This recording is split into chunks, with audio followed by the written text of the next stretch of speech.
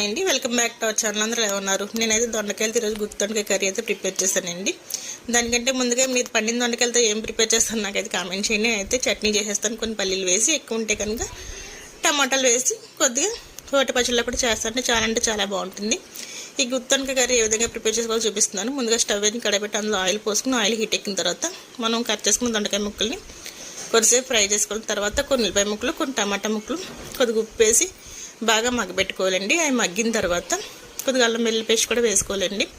తర్వాత మనం ఫ్రై చేసుకున్న దొండకాయలు కూడా వేసుకుని కొద్దిసేపు మగ్గబెట్టుకున్న తర్వాత కొద్దిగా కారం వేసుకోవాలండి. అందులోనే కొద్దిగా ధనియాల పౌడర్ కూడా వేసుకుని కొద్దిసేపు మగ్గిన తర్వాత కొద్దిగా వాటర్ వేయాలండి, మరి ఎక్కువ వేయకూడదు. అంటే దగ్గర కర్రీలా బాగుంటుంది, టేస్ట్గా ఉంటుంది, చాలా అంటే చాలా బాగుంటుంది, డిఫరెంట్గా ఉంటుందండి.